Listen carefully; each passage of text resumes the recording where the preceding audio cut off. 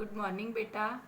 अज का जिहड़ा अपना टॉपिक है बेटा पाठ दूजा व्याकरण, ये आपां प्रश्न उत्तर करांगे। अज आपां इहदी दुहराई कर रहे हैं पाठ की। हाँ जी, सब तो पहला प्रश्न है जिहड़ा उहदा ऊड़ा भाग है, व्याकरण तो की भाव है। हाँ जी, उत्तर च आपां लिखांगे भाषा के उन्हां नियमां दे समूह नूं व्याकरण का नाम दिता जाता है जो भाषा नूं शुद्ध रूप विच बोलना, लिखना अते पढ़ना सिखाउंदे हन। हाँ जी, आड़ा प्रश्न है, व्याकरण की पढ़ाई क्यों जरूरी है। उत्तर च लिखांगे आपां व्याकरण ही भाषा की शुद्धता का निर्णय करता है, इसलिए भाषा की शुद्धता लई व्याकरण का ज्ञान जरूरी है, इसलिए बच्चों नूं व्याकरण की पढ़ाई जरूरी है। ईडी प्रश्न है बेटा, व्याकरण के किहड़े किहड़े अंग हैं। व्याकरण के अंग हेठ लिखे अनुसार हैं। पहला धुनीबोध, दूजा शब्दबोध, तीसरा अर्थबोध ते चौथा वाकबोध। इस तो बाद सस्ता प्रश्न है, व्याकरण के धुनीबोध वाले भाग विच किस विषय ते विचार की जाती है।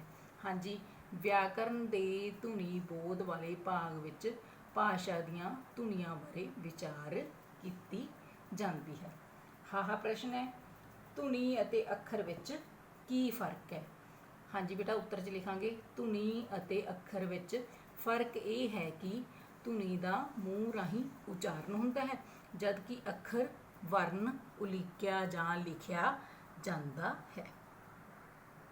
उस तो बाद बेटा अपना दूसरा हैगा दूसरा प्रश्न है, एक दो शब्दों विच उत्तर दिओ। सब तो पहला ऊड़ा, भाषा की शुद्धता लई किस दा ज्ञान जरूरी है। व्याकरण का।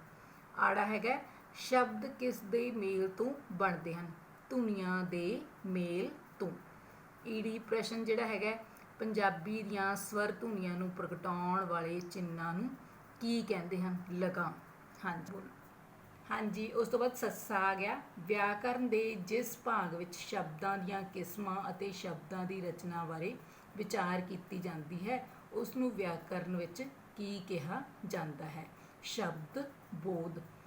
हाहा, पंजाबी धुनियां के मूल चिन्हां नूं की कहते हैं। अखर जां वर्ण।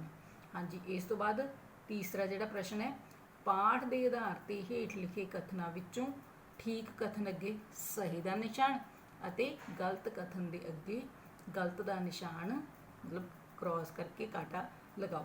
हाँ जी, ऊड़ा है, भाषा पहला होंद विच आउंदी है ते व्याकरण बाद विच।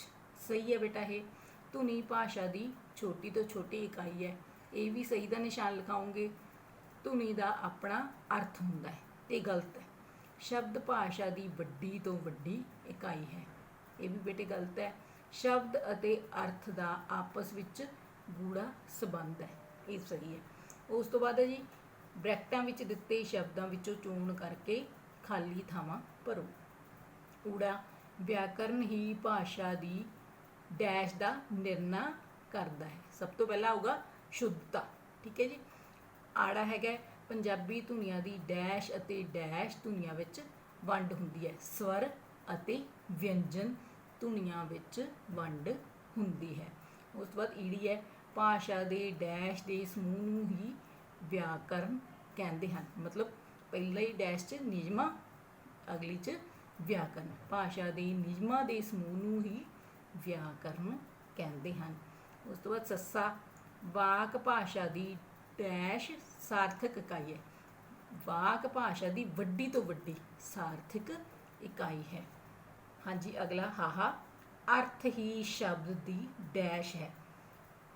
इत्थे की लिखा जाऊगा, जिंद जान। अर्थ ही शब्द की जिंद जान है। ये बेटा तुहाडा सारा हैगा जिहड़ा वर्कबुक है, इस करके इनू सारे नू नाल इहदी वर्कशीट भी भेजी गई है, वो तुसी कंप्लीट कर लियो, अपनी कॉपी ते लिख लियो साफ साफ।